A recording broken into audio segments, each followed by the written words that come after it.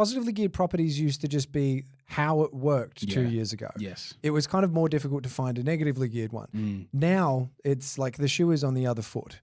Finding a positively geared property, some people will tell you is impossible. I know you're about to show us in detail why that's not the truth. Yes. But is there anything that you wanted to kind of set the stage with this one before we get into it, man? Yeah, for sure, mate. I think the big thing to note with this is like it's not the most important thing in the world if a property at the moment is slightly positive or slightly negative. I just want to preface the conversation with that, because if you find a really, really good deal in a really good location, you shouldn't not buy it just because it might be $1,000, $2,000 a year negative. Man, I just wanted to obviously preface everything with that as well, because we are in really, really high interest rate environment right now, and if you can't make something stack from that perspective, it doesn't mean that you shouldn't invest.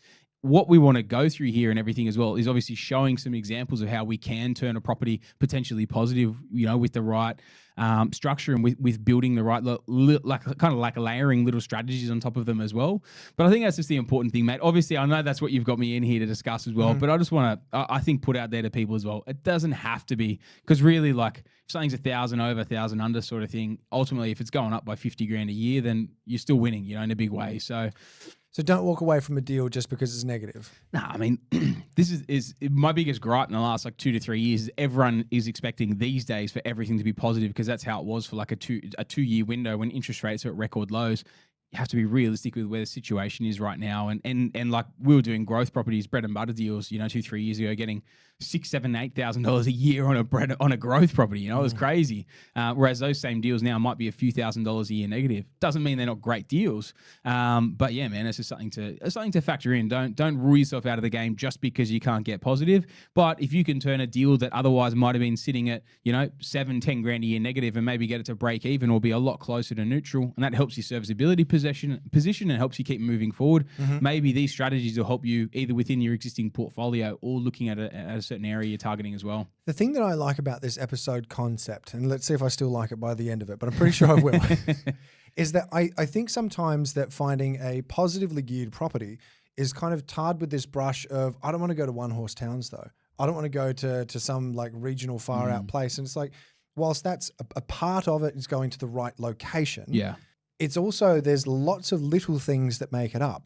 And this is what I kind of like about it, is even if you're the kind of person that's absolutely set in your ways and there's a certain place, whilst I don't agree with this, but if there's a certain place you want to invest, it doesn't mean that some of these variables can't be tweaked for you to at least make the holding costs maybe more attractive. Or like you're saying, maybe make it a little bit easier to hold a deal that you're absolutely backing as far as like the growth perspective is concerned. Yeah, 100%. Man, I think it's you see some people out there toying around with the idea you need to go and invest in all these blue chip locations, and if something was 200 grand $200 a week positive or something, and now it's neutral or whatever, it's like, all right, well, if you had a property that was 10 grand a year negative, now it's 30. So have fun holding that, because I know which one I'd prefer to hold.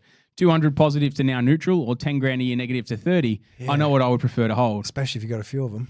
Mate, there's 100 grand. How many people? We're talking, different levels of people here, but even still, you don't want to be bleeding at that sort of level, at any level, really. This is the way to like mitigate this as much as possible.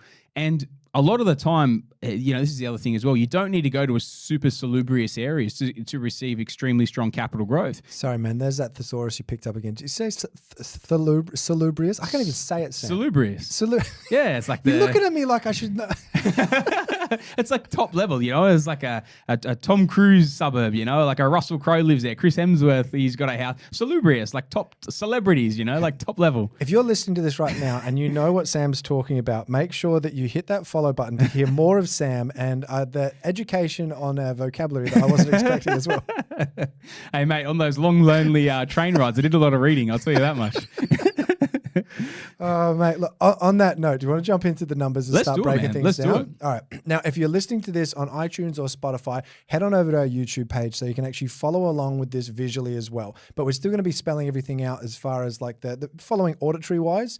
Auditory? Now I'm questioning my own words. But Sam, let's start off with our comparison property. So we've got two properties side by side. Yeah. $400,000 is the purchase price. And I'm just going to run through these numbers. Average capital growth, we've just set it at 5%, but that's kind of irrelevant realistically. Yeah, in this scenario. In this scenario. So we've got a vacancy rate set at 1%. Buying this as a 90/10 LVR, and it's in Queensland as well because it's going to change the stamp duty. So the out-of-pocket cost for this property, $53,800. Okay. Renting at about $400 a week. So we're looking at about a 5% yield. 5% yield. Okay. So council rates looking at $1,440 per year. Strata, now it's got strata on here, so just in case if you're listening to this, we're not talking about a unit. Yeah, as soon as Todd said it to me, guys, I was like, we'll strike that one for the records, but he wanted a maintenance buffer. He's put it in with the strata is. Just a little bit. You never know what's going to go wrong. So yeah, basically got about $1,000 a year. It's actually $960 to be exact. $600 for water, insurance $1,440, property management at 7%, and interest-only mortgage of 6%. Beautiful.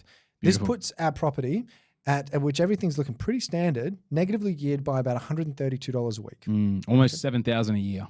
So anything you wanted to add onto this before we start tweaking our side-by-side property? No, man, I think this is fine. You know, I think this is a very, kind of standard scenario that a lot of people would look to go out and buy maybe a property for $400,000, renting for $400 a week with your standard 5% return in what you would consider most likely a decent growth location. But okay, this is where we want to unpack, potentially where we could increase this and turn this around. Well, and this is the first one on the list is a strong yield, buying a strong yielding area. The more, it's like targeting areas that have a strong yield. So like a lot of the time, if we're in our salubrious areas, we might be targeting a 1.5% yield. It's nothing to write home about.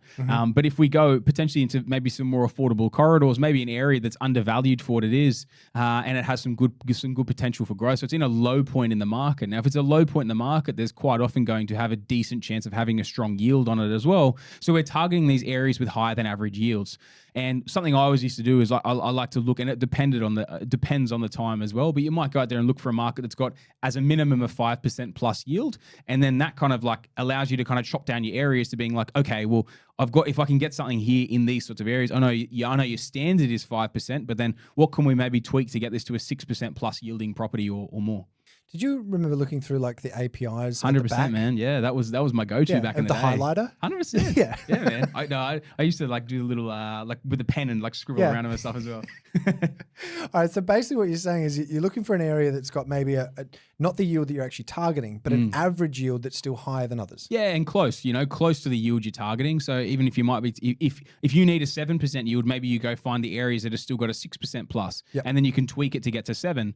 If all you need is a 5, maybe you're trying to find something potentially maybe a bit of a better area that maybe has got something in the 4s that we can turn into a 5 and whatnot. So what I always used to do, I used to look at like what a yield was in an area, and then I'd see the median house price, try and buy below the median, and then how do I get a rent above the median to get higher than average? And I used to be targeting like 7% yields in the back of the mags. How do I turn that to an 8% plus?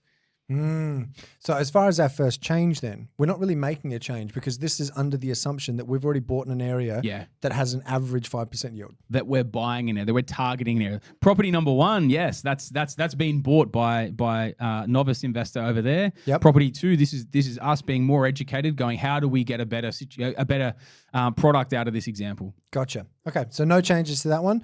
What are we doing on number 2? So number 2, the biggest thing you can do, you found an area, you think we think that we can make it stack, right? So then how do we then turn this thing around to go, all right, well, let's now push this thing to a higher than average yield. First thing you want to do is try and target a discount. So you want to make a discount on the way in. Obviously it's different for everyone, but we're just going to use on this a very simple like 5% discount on the way in or $20,000 discount. All right, so first things first, let's change this from $400,000 down to $380,000. Yeah. And let's see how that already changes things. Going down now, our money that we're putting in hasn't really changed that much. We're now looking at purchase cost of 51 opposed to 53. Yeah, because obviously we're leveraging to a point as well. So when you're leveraging at the 90% lend, it doesn't change the capital requirement that much when you're when you're just lessening that purchase price a bit. Well, and for anyone listening right now that can't see it, we've already gone down from $132 a week negative to $112 a week negative. So I'll tell you how I assess this as well, Todd, man. I don't generally look as much as like the weekly. What I like to look at is the annual, right? Because when it's annualized, then we can kind of figure out, well, if we take chunks out of different things, like where are we going to end up? And you can see literally just by taking 20 grand out, you're chopping this thing down by over $1,000 a year in terms of the net cash flow. To use easy numbers as well, guys, like if you think about it, if you're $100,000 worth of debt, for every 100 grand's worth of debt, $6,000 is a 6% interest rate is essentially $6,000 in repayments, right, per annum. So $100,000 worth of debt at 6% is $6,000 a year. So just for easy numbers, if you're breaking that into quarters, $25,000. I know we're talking 20 here, but $25,000 if you can negotiate that off. For every 25 off, you're saving $1,500 a year in repayments. So you can see quite easily, like, it's dropped over $1,000 off the equation there by pulling that down as well. Awesome. Okay, so we're already saving money just by putting a discount or buying below market value. Yes. Now, next on the equation, bigger deposit. Yeah, so like if cash flow is a huge thing and like really what you're worried about and trying to make this thing positive, potentially you've made a nice gain in a different market, or maybe you've sold something off and got a nice big chunk of cash. If it is super, super important to you to get this thing positive and you've got the cash available there, one of the easiest ways you can obviously turn these things from neutral or negative to positive is to stump up a bit of an extra deposit and push it up to an 80%. The other big thing with this as well is quite often you will actually shave a significant amount off your LMI? interest rate. Interest rate. LMI is a big saving as well, but a lot of the time these days with your variable rates, your variable rate difference between 90 and 80% is actually around about 0.8 to 1% right now. That's huge. It is. It's a big difference. Yeah, okay. And at what stage do you recommend going, okay, it's probably not time to leverage as high, like take a step back and start reaping some of these rewards using bigger deposits? For me, the big change came from when I sold my first property. So when I sold my first property, I'd hit a serviceability ceiling, and I realized that I needed to start putting in a lot of cash flow into the portfolio. So I sold a deal off. I think I cleared $250K. It had been a primary residence for a bit of time, and I was able to, capital gains tax exemption as well. I think I only paid like 20, 30 grand tax. So I cleared about 220,000. Now what I did was I went out and I rolled that 220 grand into two very high cash flow deals at 80% LVRs, and it shot my serviceability back through the roof. So I hit a serviceability ceiling. I knocked over two good strong cash flow deals in a 12-month window, and essentially massively changed my serviceability position within the portfolio. So how much are we changing this from? 10% to? I just go to 20%. 20%? That's pretty standard, yeah. Okay. So if we change this over to 20% now, so now our out-of-pocket cost has gone from $53,800 to $89,016. Yeah, so you're talking about, what's that, about a 35K difference. Okay. But then as far as negative cash flow, it's now gone down from just under 7 to pretty much half. 3.5. Yeah. And we're not even factoring in the interest rate difference, because right now we're running at like a 6 to 6, right? A 90% LVR right now. We're running loose numbers because obviously this could be watched in 12 months or 24 months when interest rates potentially have come down. We're running on rough scenarios right now, but right now, your interest rate could quite literally be about a percentage point difference, but we're not even going to go into that right now due to the LVR. Like we're not even going to go to that point and kind of negotiating that down or anything. All right, so bigger deposit. What else would you What else would you be looking for? So the next thing I'd be looking for in this scenario as well, like picking up a deal at 400K, renting for 400 a week. Typically, I wouldn't target an area like that or a market like that. Like for me, 5% is probably a little bit light on. Yep. So I would be looking at, or I would have identified a property like this. I would be buying a property like this. It's like, okay, this thing's actually under rented and market rent might be more in line with $450 a week. So something that I would be buying, let's say it's worth 400K, we're picking it up for 380,000. I would be expecting to be able to rent it for $450 a week. So, in this scenario, let's say it is under rented, and that sometimes can be something you can actually look for as a deal that's under rented as well, maybe being missed a little bit on that front. And I mean, straight away, you're jumping up to your 6% yield, putting it in at that, which is perfect. So $450 a week then takes us to only $1,100. Yeah, right. That changes a bit. That's €1 a week. How expensive are your That's euros? a big view. That's €2. Yeah. So as far as understanding that it's under rented, this is a big thing because I remember before I bought my block of units, there's something, actually I think you and I were talking about this as well, is that so many of them at the time were rented out ridiculously low. Yes. And I found that a lot of people were getting turned off by them going, well, that's a rubbish yield. And it's like, yeah, but that's not really the yield. Yeah. And that's spotting value. So that's what I always used to look for in my unit blocks when I picked them up. A lot of the time I'd buy them and advertised yield was 6.5%, 7%. I'd immediately come in. I would always let leases run out, let them run out, get in there, renovate them. And a lot of the time in the first 12 months, in the first 6 months, I turned a lot of those, like pretty much the overall yield of the property to over 10, 11%. It's a massive thing to look for, especially when you're going for cash flow plays. But even in this on a small level, like your example is exactly right, looking for that style of deal initially. But this is what we should be looking for here. What's being potentially under rented, and understanding what that fair market rent is as well is hugely important in this scenario. to know what we can bump it up to and then be able to forecast accurately where the cash flows are going to land. So you talked about renovating the units then. Yes. Just renovating in general, because I'm assuming that's going to be one of the next steps. You're adding some cash flow to it. Literally is next step, yeah. What is the difference though between renovating for cash flow versus like we are doing a renovation? Yeah. Like the whole kit and caboodle. Yeah, so I always look for dollar return, right? So like let's say you go in, you do a big renovation on a house, right? And we're going for equity uplifts or end sale price. And so we might go put 60,000 into it. We might put a new kitchen, 2 new bathrooms, paint, floor, everything, maybe do an exterior clean up, all the exterior, paint and all the rest of it as well. You might go whole hog and do that. You might put in, how much would you be doing a renovation for? What would you be wanting dollar for a return? Like 2 for 1, 3 for 1? What do you normally go for? It all depends on the property, but I actually don't work it out on a like dollar for dollar, that kind of thing, like cash on cash, because I kind of turned it into a game of how cheap can I do this? Okay. Well, let's say the average person then, right, might go for, thanks for stuffing up my example there. Sorry. I mean, $1 for everyone. No, 2 to 1, 2 to 1. Let's just use that example, right? Like a 2 to 1 return on something like that. Man, you're doing it for equity increase, right?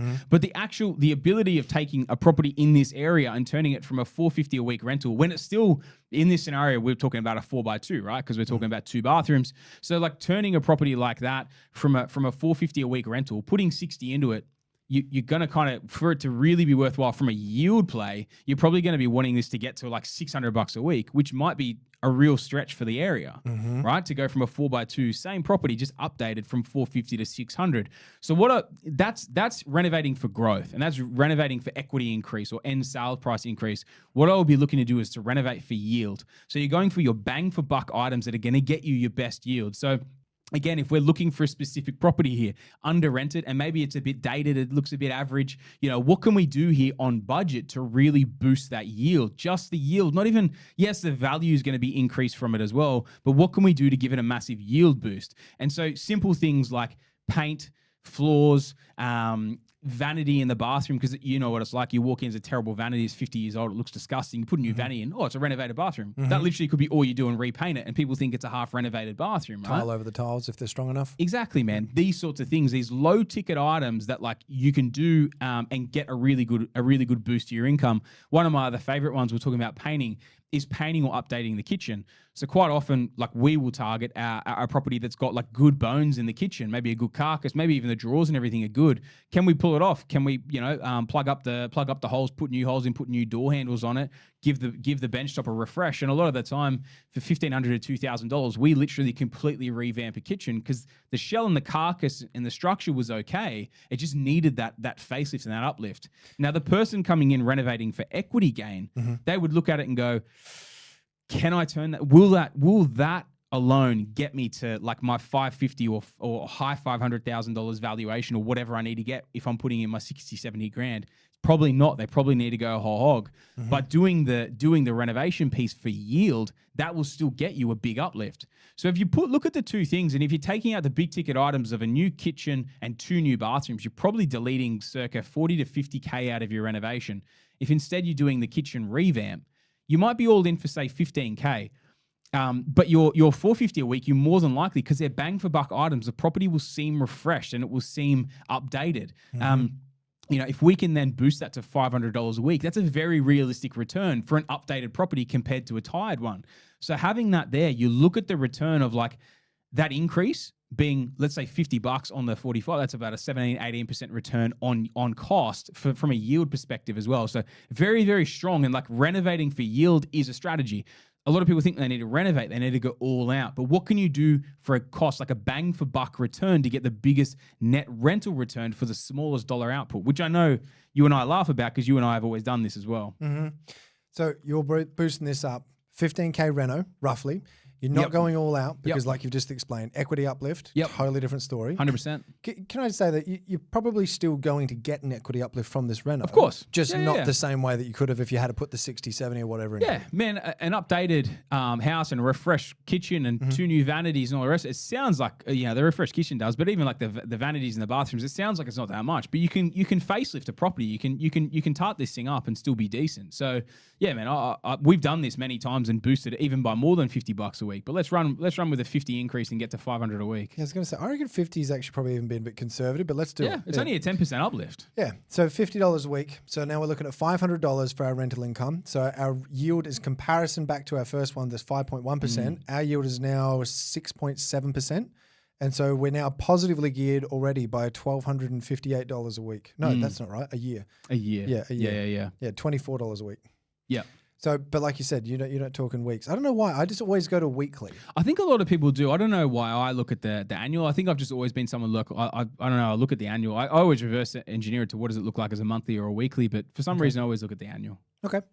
So what's next? So we've already got it. Like, target achieved. Yes. But let's keep going. Well, the way I would always look at it next would be like, is there something else we can do to add an additional income stream, to this property? And maybe we don't run through the numbers exactly of this if you don't want to plug all that in. But like, could you add a granny flat on it or something like that? Could you convert something in there to be a dual rental within the property as well? Granny flats obviously typically the simplest thing, and you can target it and do them, relatively cost effectively for $1 return as well. Have you ever done one of those developments? There was one actually just down the road from B&I.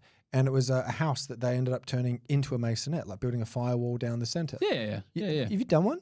No, I've never done one myself. I've never even thought of it, and I saw it, and it's like, I've seen these everywhere, but I've just never even really thought of it as a strategy. Yeah, man, essentially it's just a subdivision, right? So pretty much. Yeah, it's a plan of subdivision just on a different, as a different type or a different scale sort of thing. So essentially I would do a similar thing, but I would build something a bit separate on that front as well. Right. Since it's turning one house into a duplex, essentially, Pretty much. Or a dual lock. Yeah. All right. So granny flat, just anything that you can do to boost it up. What about rooming houses? What do you sit on them? I have a preference of granny flats. Easier to rent, easier to get approvals for. It doesn't turn a lot of the time your rooming houses turn into commercial funding. Your management fees are typically 20 to 25%. So they're literally like Airbnb management rates. You got a smaller pool of prospective property managers if something goes wrong with your existing one as well. Yep. I'm not normally a fan of something that's like so far out of the normal. I also think like we are in a housing crisis at the moment, but when we come out of it, and I think they'll be a good asset for the next couple of years, but I think once we come out of it, like where are they going to sit at the back end of that when building does catch up to supply and all the rest of the stuff? It's not really the sort of asset I'd be wanting to hold, super long term. So if granny's more where it's at, I'm just curious. Let's make a couple of changes to this calculator. Let's put it in, but then let's take it back out because I don't feel like this is going to actually work for everyone. So 380. One thing I think we should change here as well. We did put 15 grand into the reno. So let's say we'd pulled that from another property because otherwise, like the actual dollars in are very, very different. You could even put them into your loan amount or something as well. The extra 15K. 15K. Yeah, well, if you turn that one there into 91, that's your 15,000 addition. That there, I can only do it here. Uneditable. All right, so we changed that to 28,000. So we've got the reno in there now. So now we've got a full purchase cost of 104,000. Yep. Okay, so more out of pocket. But let's say we're doing a reno now. Not a reno. We're building a granny. Build a granny. What are we looking at now? Let's say it's 100%. Yeah, let's just say it's 100% finance as well. So we can go on that end. Yeah, man. Easy. I guess it depends what we're building here as well. Go 180. 180. So is that 560? Yep. Okay, and what's our rent now? So our house at the front is $500 a week. Yep. What are we going to rent one of these grannies for? I'd be saying you're probably going to be getting minimum $400 a week on that. So I'd jump that to 900. Okay, so now we're looking at $900. So now we're at 8.2% rental yield. So things have just gone crazy. Okay, our council rates. Surely this is going up a little bit. Yeah, you're gonna get movement across the board. I'm not going to change this too much because we're about to change it back. And what I was going to say as well is obviously this is a bit of an accelerated thing that we could go out there and do as well. I mean, you look at your net cash flow increase there as well. Even though the granny is fully leveraged, right? At 100% debt on the granny, we're just shy of 12 grand a year net passive on this deal. Now, even if you factored in a few extra costs, let's say there was some increased costs in whatever, like across the thing, maintenance side of things, it's brand new, so you're gonna have some very minimal on that front. It's also got very strong depreciation, which is going to add dollars back in as well. What, $3,000 at the most? No, I wouldn't even go that. I reckon you'd be rounding this out at 10 grand. 10 grand a year net passive on this scenario. So if someone was going to go down the granny flat route, that's the kind of thing that it's obviously a lot more cost involved. However, the return just goes astronomical. And this is where I think it depends where you're at in your portfolio and what you're really trying to do. The ultimate really that you can build in your portfolio is pairing these up with, let's say property one before we changed all this. It's like pairing something like this deal up with property one and having a good strong growth property there in line with a good strong cash flow deal as well. So yeah, man, they're definitely a good match on that front. All right. Tell me some downsides to grannies then. What's I look at that. and just go, why doesn't everyone do this? Yeah, look, the downsides are minimal. Like the only thing is like people try and do them very early in the portfolio and they don't have enough capital and they cap themselves out. So it does, from a valuation perspective, they do typically get pulled back a bit from what they're probably worth. So quite often a valuer won't value them quite as high as what they could sell for on the open market. So they can be a little bit harder to get your capital back out. They can be a little bit more cost intensive to do it up front. If you've got the cash to do it, like you just saw the numbers there, it makes sense to start building some of them in the portfolio. But I'm a big fan of starting with your strong growth properties first, building that equity base first, and turning to the grannies and the cash flow deals down the track. Okay. Capital's normally your only big one, though. From an ongoing position, it's a subdivided. It's almost like it's not subdivided, but it is as if it was a battle axe style subdivision, which is something built out the back. Now, where I see them go wrong is people build walk-through grannies and they're really tight, or they walk straight past bedroom windows and stuff like that. Like they're a recipe for some trouble. But if you build them properly and set them up properly, then yeah, man, you're in a good position to do really well out of it. So, but don't do it if you're at the wrong stage of your portfolio. If you're at property number 1 and you're like, sick, I'm going to smash a granny deal. Nah. Even if serviceability was your issue, you'd be better off kind of, if you've got the money to develop the granny, you've got the money to put into some more deals. I'd be building the equity base out first and then coming back for the granny flat down the track. All right. Is there anything else as far as what we're doing to increase this cash flow? Because I feel like there's a few different overheads that we haven't played with here. Yeah, I think in terms of increasing cash flow, we're pretty steady at the moment. I think what I would now look at is like, is there anything in terms of the net holding costs that we can kind of trim up within the portfolio as well? So you've always got your property management that you can have a good look at, and like, is that at market rate, or is it like, potentially a little bit over? If I get a second property in the area, can we get a bit of a bulk discount? Can we get the 7 down to a 6? Different little things like that, And getting the 7 down to a 6, is that realistic? It depends. If you got 2 in an area, you probably could. If you didn't, you might be able to get the 7 down to a 6.5. One thing I'm really wary of is trying to negotiate a property manager down. Like, drop that to a 6.5 and let's just see how much it changes. 6.5. Let's see that. Right. So we've gone from 1,800 to 1,673. So be very wary for the sake of $130 of burning your property manager. So it's always worth asking the question. And if you can get that little bit off, get that little bit off. Property management is one of those things. Be very careful of trying to chop a property manager too far, because they are the ones that are literally going to be looking after your property every day, or every month or week or whatever. You don't want to burn them over the sake of a couple $100 a year or something like that. It's one of the biggest mistakes I see in the game. I kind of look at it as like getting the cheapest babysitter. Like, if I don't have kids yet, but if you're out with the missus, and you've just left the kids home with the bargain basement babysitter, are you really going to feel like they're being looked after? Or are you going to be like, shit, maybe was that Charles Manson? I thought they looked a little bit like that. Yeah, that guy just got out of jail. So it's obviously you're kind of going for the balance of someone that's a really good property manager, but also priced fairly. Like, I don't go top end of town. I don't go bottom end of town. I go for like the good people you can find in the middle that are just trying to do a good job and willing to charge fairly for it, not try and like really shaft you for it at the same time as well. Okay. What else would you be trying to give it a bit of a haircut to? The biggest thing that I see consistently increasing year on year is an insurance premium. So one of the biggest things that I let go, there was a couple of years there when I was in very heavy accumulation. I wasn't keeping a good eye on my insurance policies. And one of the actually it was multiple of the big companies, but for different assets. A lot of the time it's when you're on the monthly recurring one, and then you miss the reminder that says your new thing, and they don't even tell you what the old one was. They're like, oh, it's starting again, and this is your rate. And if you don't have the two to compare, you don't realize that they just gave you a 30 or a 40% uplift in a 12-month turnaround. So a lot of the big guys, a lot of the big insurance provider guys, be wary of the fact that they will try and get you in year one with a nice low-looking premium. And especially if you're going month to month, they will jack it on you in the second year. I had this happen to me a lot, and there was a couple of years there where I missed it and I didn't really realize. And then it was crazy, like these providers that weren't the best in the industry. I then went and compared them against, we were having this conversation earlier, Terry Shear in a certain area, who is the best in the game. And Terry Shear were coming in 50% cheaper for a far superior product compared to these big guys who started low and they just kept creeping. So it's one of those things, guys. Be very wary of that thing. I would be checking that annually. Whether you use an insurance broker or you just shop around yourself, it's one of these things we talk about reflecting on where you're on your pool. You're laughing about something, you better rip me in a second. But it's one of these things, like if you're continually checking your thing and every month you're checking where are your properties up to, like what is it doing, what is this costing me or that costing me or whatever. This is just another one of those things of comparing. It can take you 10 minutes, but if it saves you $500 or $1,000 a year and you got 4 or 5 properties, all of a sudden it starts really racking up. But even in this scenario, let's say you're able to chop that down to, $100 a month instead of the 120. It's not huge. It's still $240 a year. All these little clips, they all add up to your bottom line. And if all these little clips add you an extra $1,000, $2,000 a year, you can see where we're starting to turn this around to a pretty positive number. What were you laughing at? Here we go. I don't even know if I should say it. Just say it. Just your description started getting reworded in my head, which was when the big guys start jacking it, just leave the room. It's time to Go on, Todd. Get out. Actually, you're the big guy, you bloody unit. I'll leave. Yeah. Anyway. Oh, mate, that's classic. So even you if dirty bastard.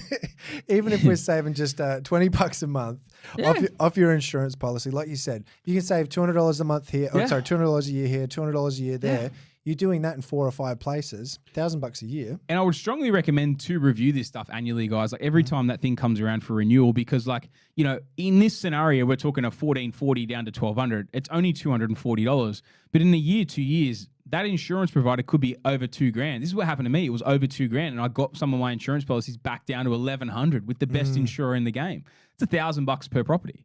That's a massive saving. So it's definitely something to stay on top of. I'd love it if you can give us some tips on negotiating council rates, but I don't think anything's going to come out of that. Yeah, you walk in front desk with a gun. No, definitely not. If anyone's got some useful tips on that, please write in. But mate, already looking at this side by side, yes, our original property, which in most people's eyes was still a decent purchase. Yeah. We're still talking about a 5% yield. We're not talking crazy purchase prices, and it's negative by just under $7,000 a year. Yeah. We've now turned that same property just by tweaking several pieces, and we've taken the granny flat back out of this. Yes. To now positive by $1,627 a year. So you're talking like pretty much an $8,500 turnaround just with some tweaks. And obviously like one of the tweaks was putting in a heavier deposit, which for some people might, what's a no-brainer, guys. But even if we took that out of the equation, there's still a lot there that we severely changed, and saved here. Let's actually take that back All out. right. Let's see. We'll still be negative, but only just $600. Yeah. Let's make one final tweak then, and let's see if I can get it. Okay. What do you want to tweak? Let's go interest from loan, right? So let's say you're doing some good shopping around as well, and this is the most important thing to you, and you're going to get a little bit of a discount on your rate as well. Let's say you chop that down to a 5.7%. You can just negotiate that because you've got a couple of other properties. You can get yourself, 0.3% discount. 5.7%. We're now there we go. Positive by $373 a year. There you go. So we've literally done a more than $7,000 turnaround, not even including the deposit, guys. Like this is pretty good. This is good. I like this, and I still think they're very conservative numbers as well. If $400 was under rented, and you've done a reno on it, and you've got it back to fair market value, you're potentially renting for more than $500 a week now as well. 100%.